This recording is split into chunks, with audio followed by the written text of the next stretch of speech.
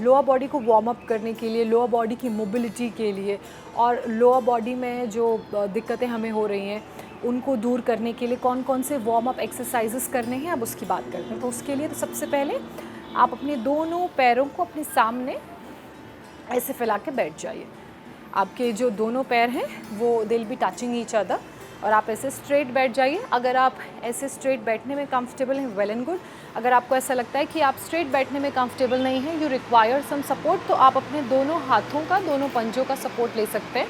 अपने हाथों को ऐसे आप पीछे प्लेस करिए और ऐसे आप धीरे धीरे मूवमेंट करिए। पहले आपने सबसे पहले अपने एंकल जॉइंट्स पे काम करना है। एंकल जॉइंट्स को ऐसे रोटेट कीजिए क्लॉकवाइज, फिर उसे रोटेट कीजिए एंटी क्लॉकवाइज। 10-10 के 3 सेट अगर आप कंफर्टेबल हैं। अगर आपको लग रहा है कि अब आपके लिए बहुत ज़्यादा है तो आप 5-5 के भी 3 सेट कर सकते हैं। ऐसे बहुत ही इजी, बहुत नॉर्मल मूवमेंट रहेगा। और अगर आपको बैक की कोई प्रॉब्लम नहीं है तो कोशिश करिए कि जब आप अपने हाथों का सहारा लेकर ऐसे फ्लोर पर बैठे हों तो आपकी बैक स्ट्रेट रहे। अगर आपको कोई प्रॉब्लम नहीं है तो कोशिश करिए बैक आपकी स्ट्रेट रहे ऐसे। उसके बाद जो अगला मूवमेंट है वो ये होगा फ्रंट एंड बैक।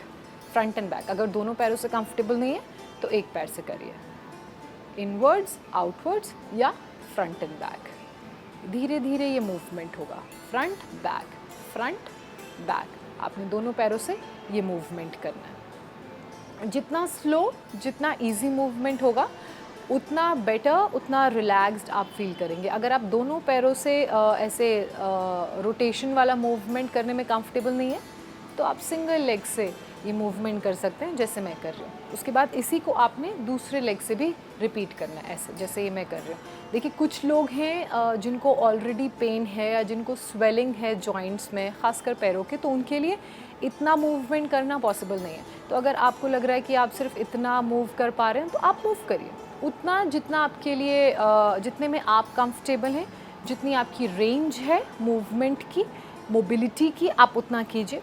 धीरे धीरे धीरे जब आप रेगुलरली करेंगे तो आपकी ये वाली जो रेंज है ये इंक्रीज़ होकर यहाँ तक आएगी। फिर आप पूरा ऐसे 360 डिग्री मूव कर पाएंगे।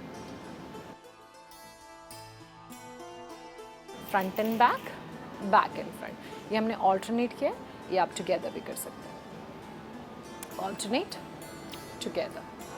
तो ये एंकल जॉइंट्स के लिए है। उसके बाद अब नी जॉइंट्स के लिए अगर आप कंफर्टेबल हैं तो अपने पैरों को आप ऐसे मोड़िए।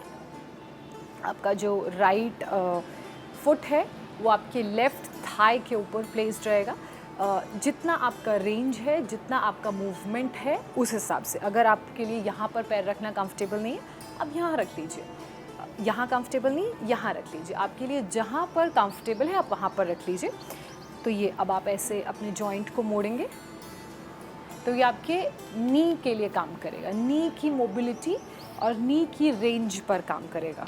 घुटने की सबसे ज़्यादा जो आर्थराइटिस की प्रॉब्लम है वो यहीं पर होती है। ऐसे धीरे धीरे 5-5 के 3 सेट कर लीजिए या 10-10 के 3 सेट कर लीजिए। सेम मूवमेंट आपका left hand side, left leg से भी रहेगा।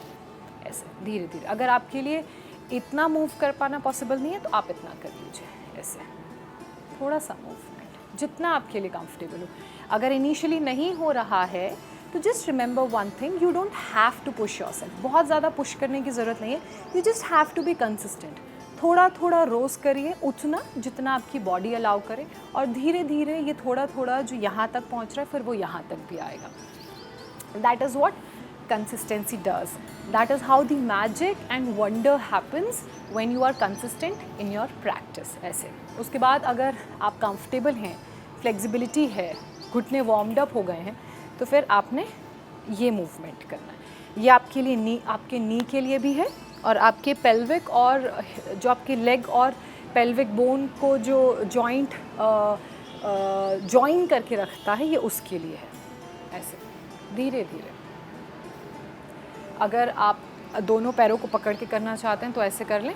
अगर आप सपोर्ट लेना चाहते हैं तो आप यहाँ पे हाथ रख के सपोर्ट लेके भी कर सकते हैं। आप जैसे कंफर्टेबल हो, आपकी बॉडी जैसे कंफर्टेबल हो। 5-5 के 3 सेट या 10-10 के 3 सेट। यही मूवमेंट आपने दूसरे लेग से भी रिपीट करना है। ऐसे धीरे धीरे जितना आप कंफर्टेबल हैं। घुटने और ये पेल्विक बोन जो पेल्विक जॉइंट है ये उसकी मोबिलिटी के लिए एक्सरसाइज है।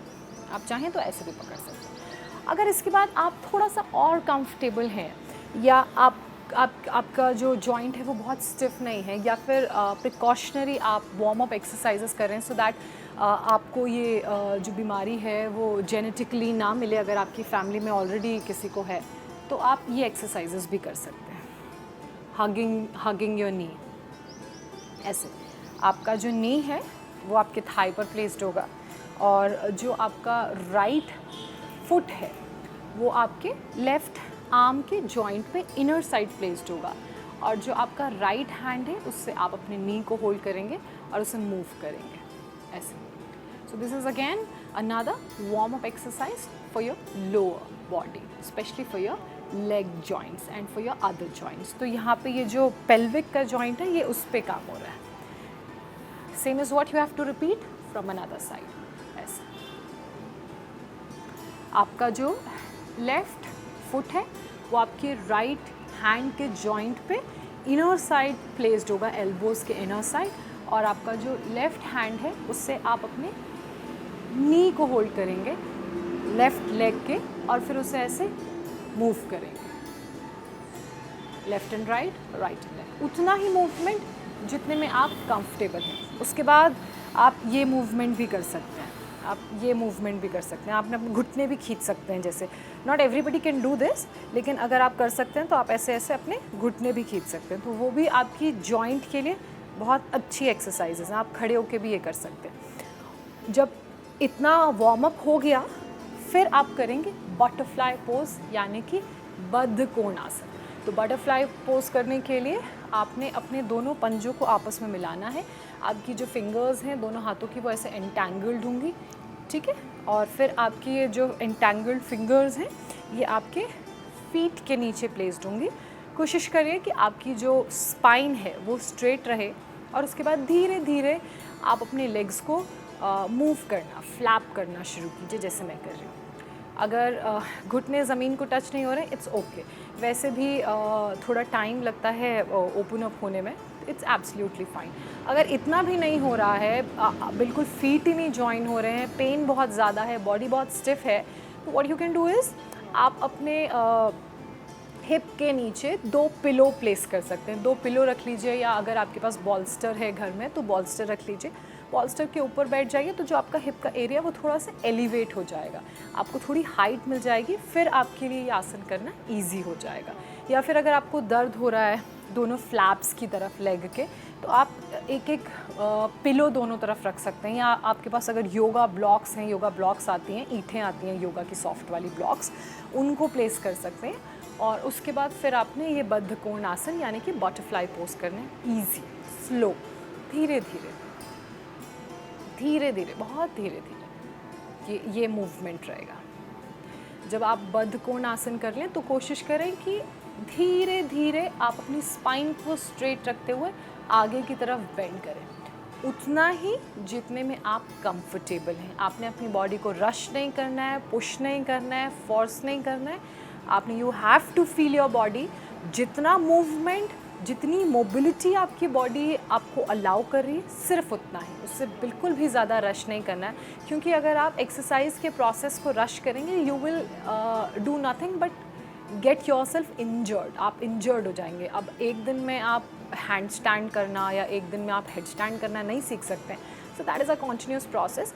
Same is with flexibility, same is with strength. ऐसे धीरे धीरे आगे की तरफ आप बेंड करेंगे, बेंड नहीं करेंगे, आगे की तरफ झुकने की कोशिश करेंगे।